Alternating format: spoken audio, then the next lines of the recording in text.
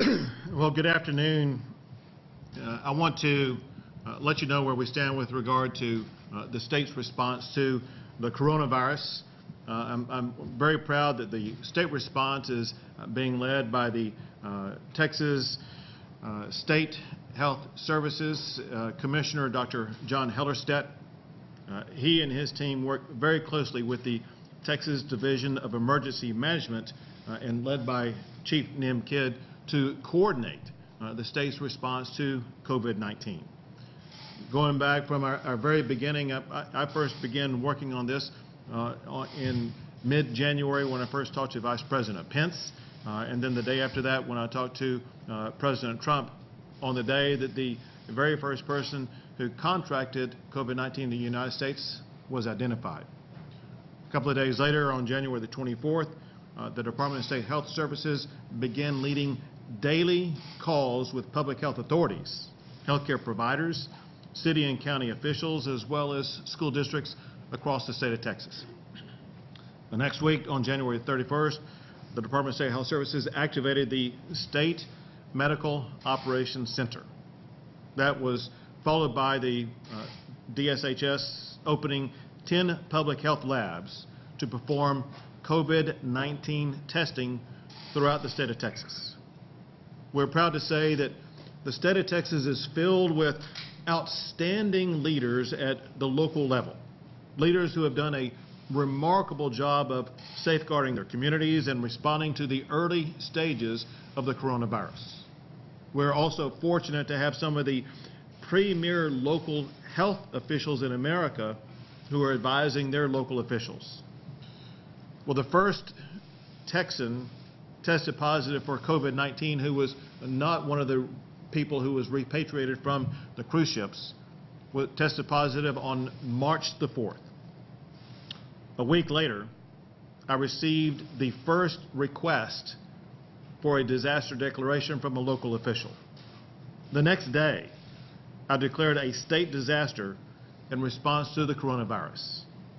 Later that day, which was last Friday, the President declared a national emergency concerning the coronavirus. That same day, last Friday in the afternoon, the CDC issued heightened standards for public health. To show you how swiftly moving this entire process is, what I just told you happened last Friday. The following Monday being the Monday of this week, things began to change even more rapidly. The CDC further heightened public health standards. Beginning this past Monday, the health standards including limiting gatherings of people to no more than 10 people, putting certain restrictions on entities like restaurants, bars, gyms, etc. It's important to know that since I made my disaster declaration last Friday, the facts in the state of Texas have also changed. When I declared a disaster last Friday, there were 39 cases of Texans who tested positive for COVID-19.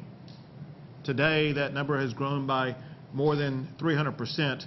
Today, we have more than 140 people in the state of Texas who have tested positive for COVID-19.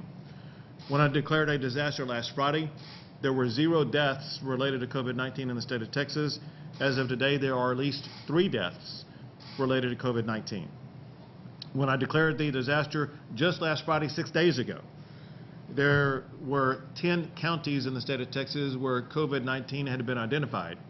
As we gather today, there are at least 27 counties where COVID-19 has been identified.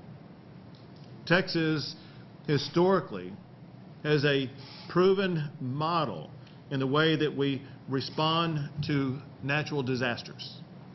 A lot of people don't know, but Texas actually leads the nation in natural disaster declarations.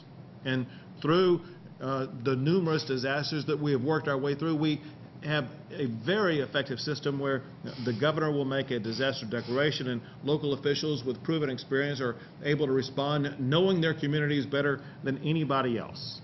In doing so, what happens is the governor empowers the local officials to be able to take the action swiftly in order to help their communities.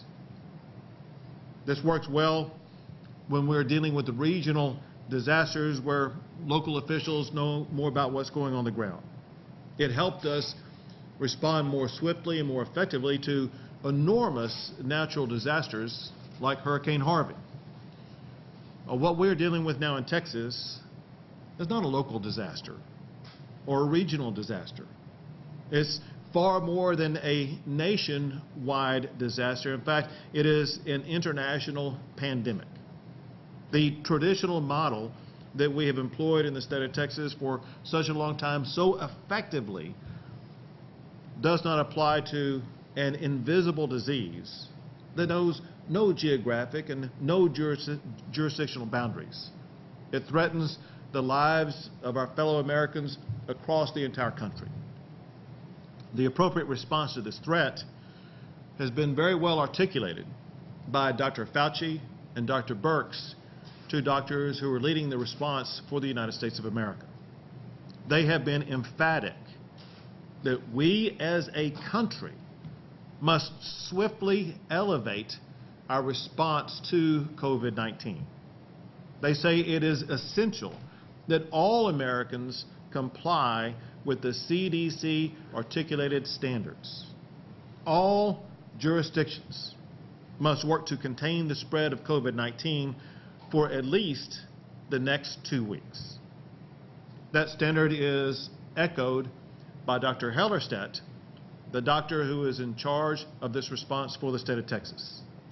He insists that Texas needs a unified, robust response to contain COVID-19. To achieve that goal, Dr. Hellerstedt earlier today declared a public health disaster in the state of Texas. Here is his declaration. My recollection is the last time this was declared in the state of Texas was 1901. This public health disaster declaration gives state and local officials important tools to ensure that we're going to be able to more and most effectively respond to this challenge. Well, to achieve the goals established by the President, by the CDC, to fulfill the public health disaster issued by Dr. Hellerstedt, to ensure that we maximize safety and health for all Texans, I am issuing an executive order authorized by Chapter 418. This executive order adopts for Texas the standards that have been set out by the President and by the CDC. It provides the following. Number one, every person in Texas shall avoid social gatherings in groups of more than 10. Number two, people shall avoid eating or drinking at bars, restaurants, and food courts or visiting gyms. Simply put, there will be no dining in at bars and restaurants, and gyms will be closed. Provided, however, and this is very important, that the use of drive-through, pickup, or delivery options is allowed and, in fact, highly encouraged throughout the limited duration of this executive order. Importantly, we want to emphasize that one thing important for all Texans to be able to access right now, obviously, is food. If any Texans are having challenges getting food at grocery stores, always remember the availability of getting access for your food at restaurants along different types of processes. Number three, people shall not visit nursing homes or retirement centers or long-term care facilities unless to provide critical assistance.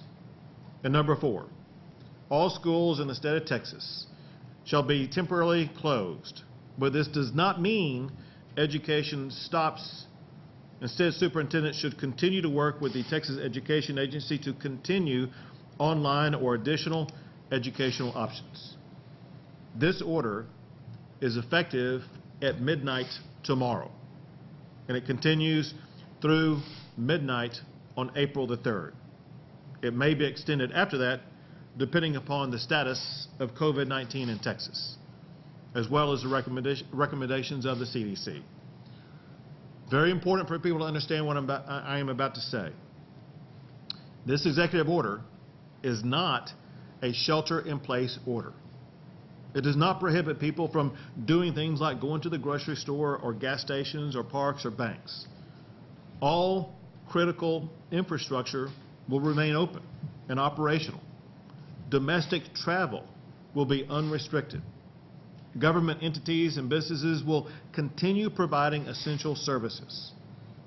Offices and workplaces, they remain open, but should only ask for essential employees to report to the place of work, and where feasible, allow and encourage employees to work from home or other remote sites.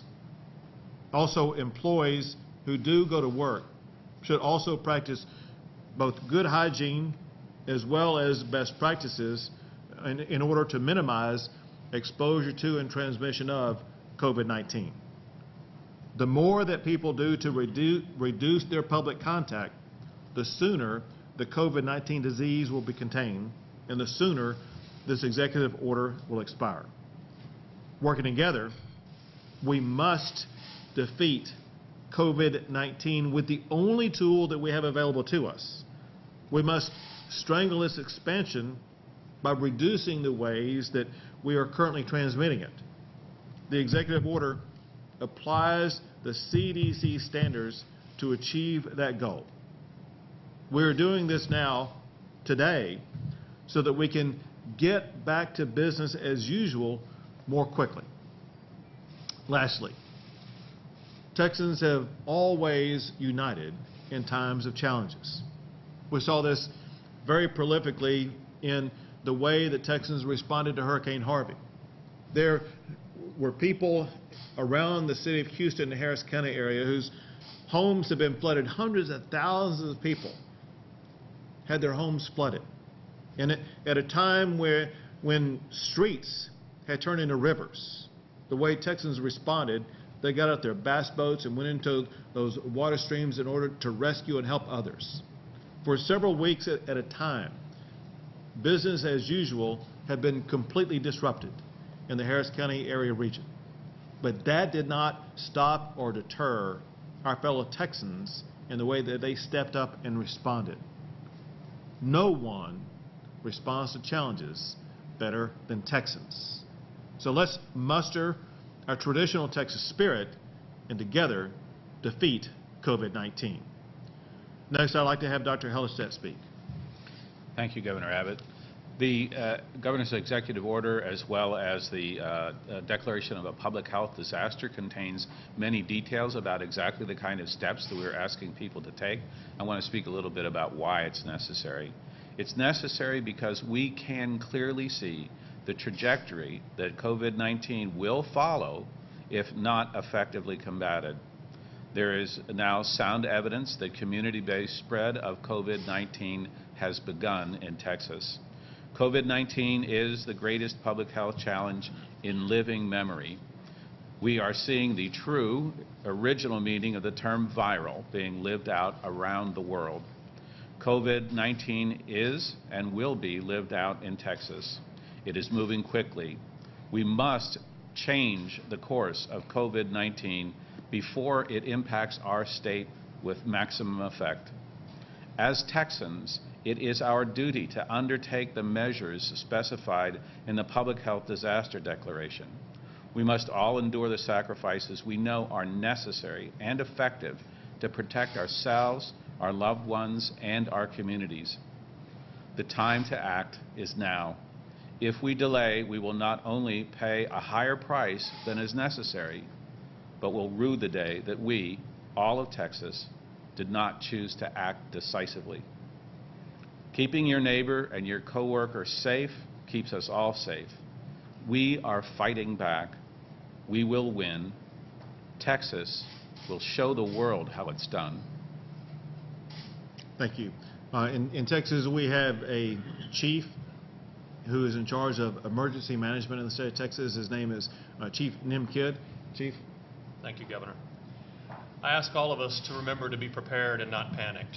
While this virus is novel or new, it is not any different than the disasters that we have responded to. It will be the same people, policies, and procedures out there on the front lines, and I need all of the citizens of Texas to listen to their local officials and follow the orders that are given. Together we will get through this. We've talked to many of the people in the supply chain. The chain is strong. We need to be very cautious not to induce panic buying so that we can keep our stores open. And we urge you to follow the directions as best you can. Thank you. This time I'd like to have the Lieutenant Governor make some remarks. Thank you, Governor. We're in touch with all of our senators and business people and citizens all over the state on a regular basis, working with the governor on these proposals. And I'm always asked the question, when is this going to end? The sooner all Texans come together to follow these executive orders, to make the personal sacrifice that Dr. Hellestedt talks about in NIMKID, the sooner we all collectively do that and follow these orders and make those sacrifices, the sooner we get to the other side, the sooner all businesses can reopen, the sooner normalcy returns. It really is up to 29 million Texans to really step up and be the front line in this fight. And I'm asking all of you to join us and follow the lead of the governor and our two state health leaders. Thank you, Governor Patrick. And now the Speaker of the Texas House. Thank you, Governor. We're here today to show complete support and unity of the state leadership of Texas. The reality of it is, the Lieutenant Governor says it well, we're asked daily, when can we go back to normalcy? At a time when we think we may not have as much control as we normally do, we have more control. And the control is with following these guidelines. The control is with following the leadership the governor has displayed throughout this situation. The reality of it is, we are together. And if Texans stick together and follow the CDC guidelines, respect the executive order of the governor and those that will continue to be out there, we will be to a normal life far sooner than later if we come together and treat each other with respect and follow our guidelines. Thank you, Governor. Thank you, Speaker. We'll take a few questions. Governor, what kind of powers does this executive order and this declaration give the state? What does that mean for the average person? What can you do? Well, this establishes the standards by which all Texans are required to operate their daily lives by. In other words, this is the expectation that people will not gather in groups of more than 10. As it concerns the enforcement ability, one reason for the announcement of the public health disaster declaration by Dr. Hellestedt, the state now has quarantine authority. We don't want to exercise that authority right now because we want to depend upon the responsibility that all Texans will show. If Texans are irresponsible in their behavior, though, there are more tools where we can be more aggressive only if needed. And in regards to the individuals who are out non-traditional jobs, freelancers that are feeling the pinch right now, that don't have an employer who is paying them, what can the state do to help those individuals right now? Candidly, the most prolific thing the state of Texas can do to make sure that all unemployed people will be getting back to work as soon as possible is for us to lead the way to bend the curve with regard to the expansion of COVID-19 in Texas. We have to get back to business as usual as quickly as possible. We can only do that by everybody joining with us and make sure we reduce the transmission of COVID-19. I hear that, but is there something in regards to unemployment that those individuals should go to? Right. And say, I'm affected, I'm out of work. 100% yes. And so we have accelerated by an executive order that issue, we have accelerated the unemployment process so that people will be able to get their unemployment benefits faster. Also, there are many different packages that have been and are currently being worked on by the United States Congress that some have passed, some are still in the works, that will provide benefits to people across the country, including here in Texas. Tyler, Governor, up until today, you had kind of had ancestors defer to local wisdom how to manage the crisis. Yesterday, you've taken a very good view of the actual scope of various local regulations you found inclusive and consistent. Do you think you should have applied that skepticism in this case and done treatments later? So I've dealt with so many disasters as governor in so many regions. As I said, Texas leads the country in natural disaster declarations. Working with the tremendous experience and response of NIMKID, we've seen the profound and effective way that local leaders have expertise in responding to natural disasters. And we begin working, this is very important, we as a team began working with these local officials back in January. So this isn't anything where we kind of began yesterday. And so we begin having leadership meetings. It could be with county judges, it could be with mayors. Very importantly, Dr. Hellerstedt began daily phone calls with local public health officials dating back to January. So we, as a state, knew exactly everything that was taking place at the local level up all the way through this minute. And like I said earlier in my remarks, the local officials have done a fabulous job of leading their communities. It's just that with the rapid spread of this, but also with the new mandates from Washington, D.C. about not only what best practices are, but what expected practices are, I find it necessary to make sure that we as a state, in unison, are doing exactly what has been prescribed by the federal government. Dr. Hellerstedt, in regards to the numbers that we're seeing, you knew that they were going to be low early on last week. You warned us that they were going to be going up. They are going up. Are you sensing that we're getting close to that peak? Or what do you tell folks at home to keep them from panicking when they see these numbers going up because we're getting more people tested? What do you tell them, and what's your gut feeling in regards to how close are we to that peak of that wave? So I think the best answer to that is the way to have the best possible outcome is for all of us to do the things that we've been talking about all along. So the hygiene practices, the social distancing practices, the cleaning surfaces, all those things, those are the measures that actually protect us as individuals and our loved ones and our coworkers and our entire community. That's what protects us from the spread of this. So if we want to see this spread slow down and reverse at some point, then we need to carry out those practices. When it occurs is completely a function of how effective we are as Texans in acting together to do the things that we are asking them to do. So what's the interpretation of the numbers that you're seeing right now? The interpretation of the numbers we're seeing right now is that this is exactly the time to, on a statewide level, ask people to say, here's the standard for behavior, here's the public health standards that we need at this point to prevent further spread and to bend that curve. Roy, if I could add to that, the amount of tests that the state of Texas, and there will be multiple entities that will be doing testing now. The state of Texas, as well as public health authorities, will be doing testing. There are a multitude of private entities that will be doing testing. There are hospitals that will be doing testing. So all of this aggregated together, the amount of testing being done will be in the range of at least 15 to 20,000 per week, with the expectation that will continue to increase. So here's the way it's going to look. Because more people are going to be tested, because there are more people who currently have it who will be transmitting it to others, it means that the public should expect a spike to occur, a rise to occur in the number of people who test positive.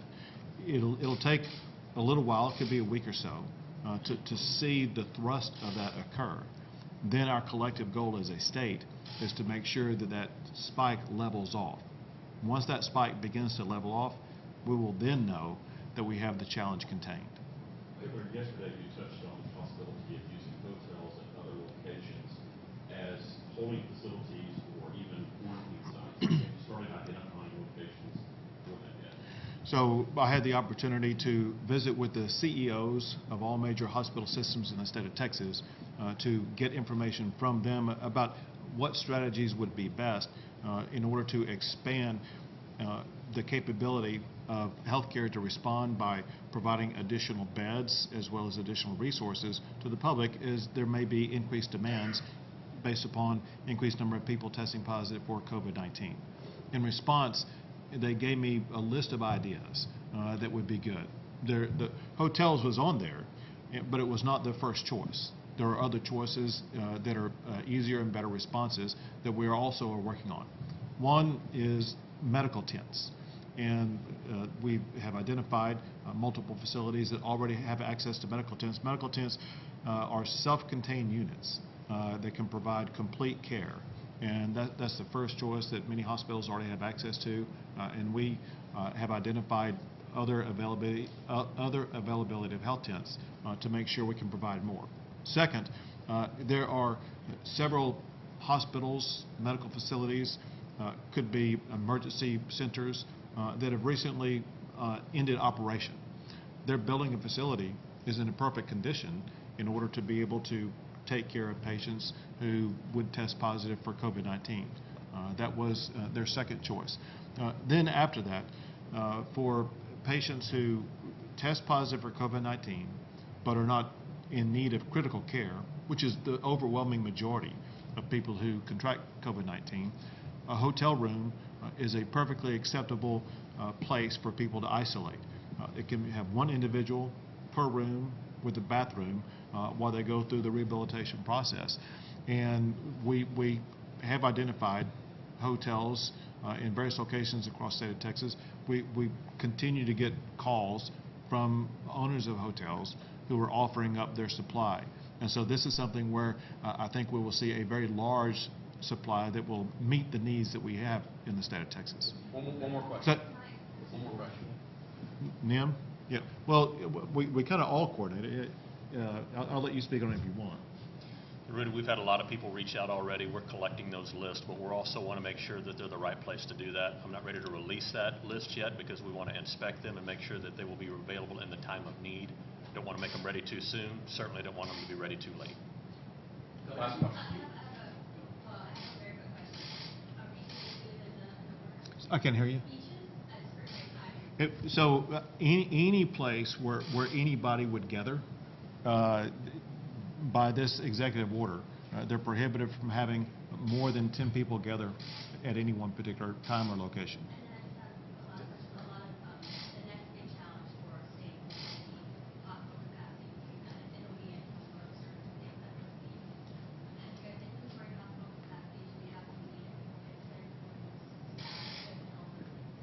In that meeting that I had with the CEOs of all the major hospitals in the state of Texas, we discussed hospital inventory, and we got some information they shared with us about the availability at that particular time, and we'll be getting additional information from them. I can tell you this, based upon the input that I received from our hospital leaders, I feel very comfortable with where we are with the availability of facilities if we were to get to the worst case scenario. Governor, as you might be on the scene in disaster, you were in Arlington yesterday, you were in San Antonio earlier in the week. Is that wise for you to be wearing yourself or exposing yourself as you are right now in a group that's not quite 6 feet apart? Is that the best way? Would it be better for you to send a symbol of the phone by doing this press conference from home as first making the first call? Everyone loves the first dog, as you point out. But you make an insightful point, and it's important that people understand that because of the potential transmission of COVID-19, I will be reducing the amount of time and situations in which I will travel. Considering the magnitude of what happened in Arlington, I thought it was important for me to be there. There will be situations like that where it is better for me to be present if possible. However, if at all possible, I will be refraining from travel. How are you? Thanks, guys. We got to go. I'm sorry. I'm doing fine. It's really late. Very healthy? No I symptoms? just need, normally if this, I didn't know whether it's weighing on you because this disaster is so beyond anything. You know, I will tell you, as the victim of an emergency tragedy myself, I have, if you would, experienced the internal test of responding to unique, pressing, emergent challenges. And this is a situation I feel very comfortable dealing with. Thanks, guys. I'm sorry. We got to go.